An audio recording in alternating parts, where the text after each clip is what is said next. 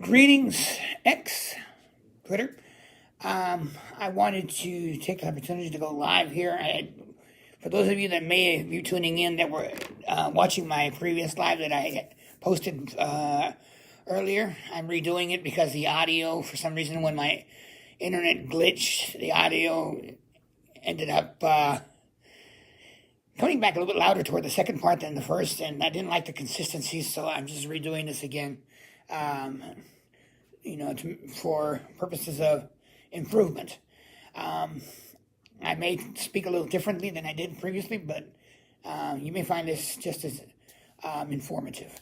As you know, I have been following the SB4, Texas SB4 immigration law lawsuits, and I have been meaning to go live to expand a little bit on what's going on with the appeals and stuff, and due to some unforeseen personal commitments over the end of last week and the Easter break, it kind of set me back. So I was forced to delay it. I'm still working on finishing up the prep work, and I'm gonna try to get it do a live stream here this weekend to talk about it. So basically, but what I did want to talk about today is, as you probably have heard, forgive me, as you probably have heard, there was another set of oral arguments yesterday at the Fifth Circuit. There were oral arguments on March the 20th, and basically, in a nutshell, what happened March the 20th was that the judges asked the state of Texas some specific questions. They could not answer those questions, so they were going to ask, and then they were going to research and get back to the appeals court. And I think that's what they did, because they had these oral arguments yesterday, and they were talking a lot about the answers that the judges had asked them. In those responses, there was a statement that was made by one of the attorneys that was representing the state of Texas, and this elicited a response from the Office of the Attorney General, Ken Paxton, in Austin. And this is kind of the pretense or the purpose of why I wanted to go live tonight, because I wanted to make a clarification, if I could, with respect to what was said in the oral arguments and what was said by the Attorney General. In the oral arguments, one key statement that was made by the attorney representing the state of Texas was, he said, in talking about SB4, he said, to be fair, these are his words, to be fair, Texas may have went too far when they created SB4. That's what he said. Basically, this elicited a response from the state attorney general to where he says, well, Texas is not admitting that they went too far, but they're stating exactly the opposite.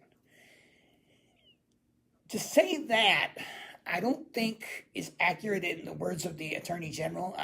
Number one, because when you're the attorney that is representing you in a lawsuit says, or he's opening up the purview of a possibility that it may have happened, he's saying that there is a possibility. He's not denying anything by the stretch of the imagination. He's not denying anything. And for the attorney general to come back and say, well, no, that means exactly the opposite, it's kind of deceiving, And I think what the attorney general was trying to do was he was trying to do some damage control with respect to what his attorney said, and that is understandable. But if you're going to issue a statement to that effect, denying what or trying to change what the attorney representing you is trying to say, that can do some albeit minor damage to your case, because you're basically turning around and denying what your own attorney's saying. Problem is, you could issue that statement out in public, but the damage has already been done in the court by opening up the possibility that it may have happened.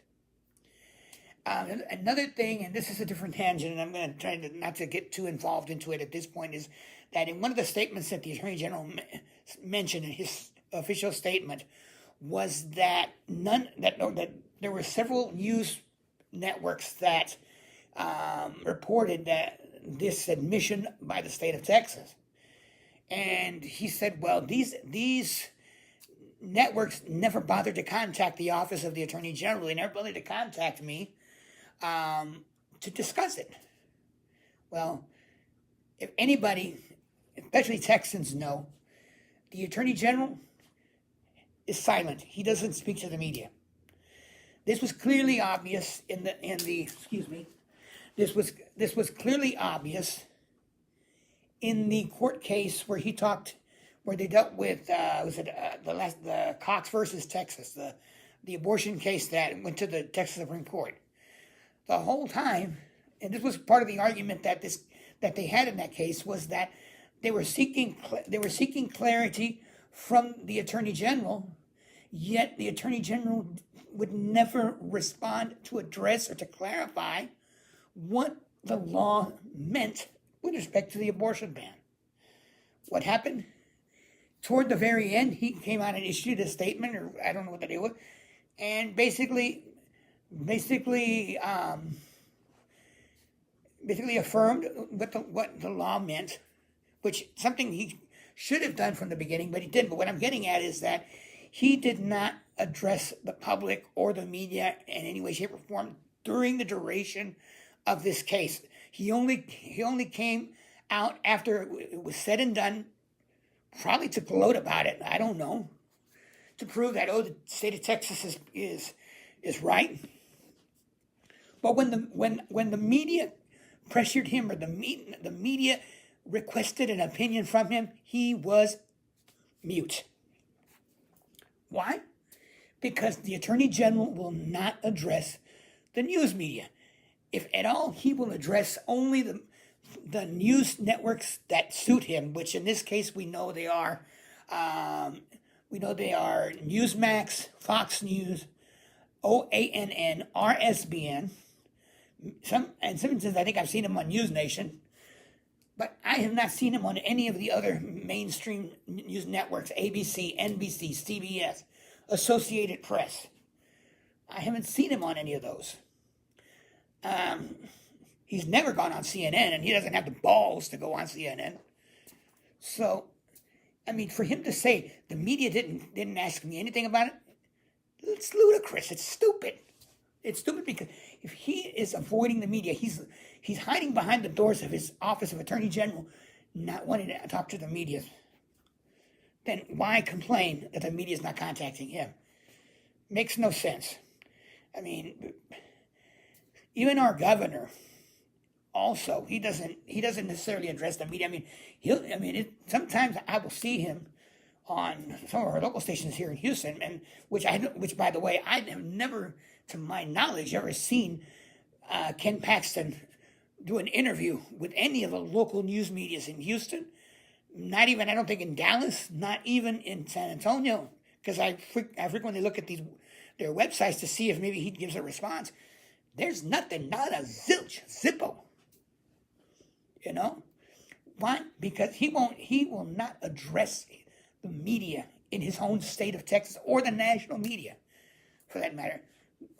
Why? Maybe he's afraid of the hardball questions that these news networks would ask. I don't know.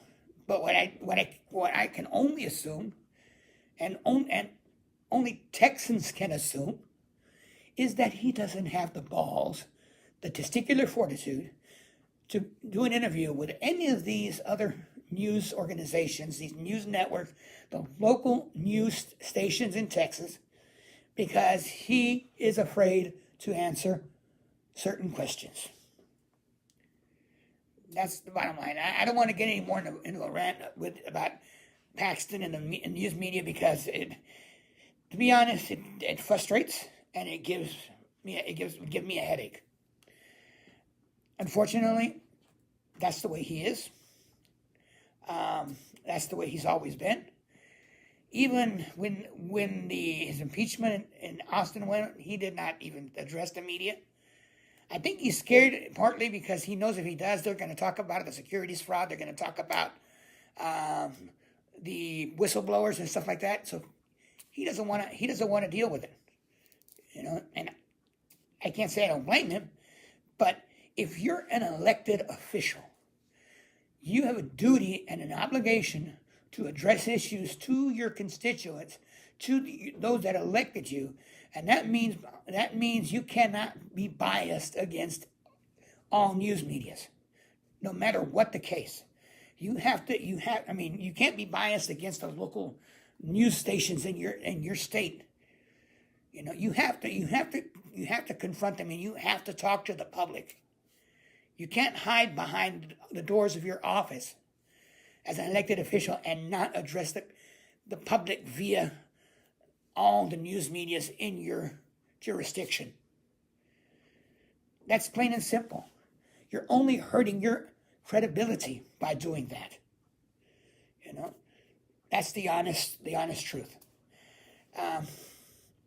That's what I wanted to really talk about, was making those clarifications. Well, the clarification about what was said in the argument and what the Attorney General said, which I think I perfectly summarized at the beginning of this live stream. But basically, that's what I wanted to talk about.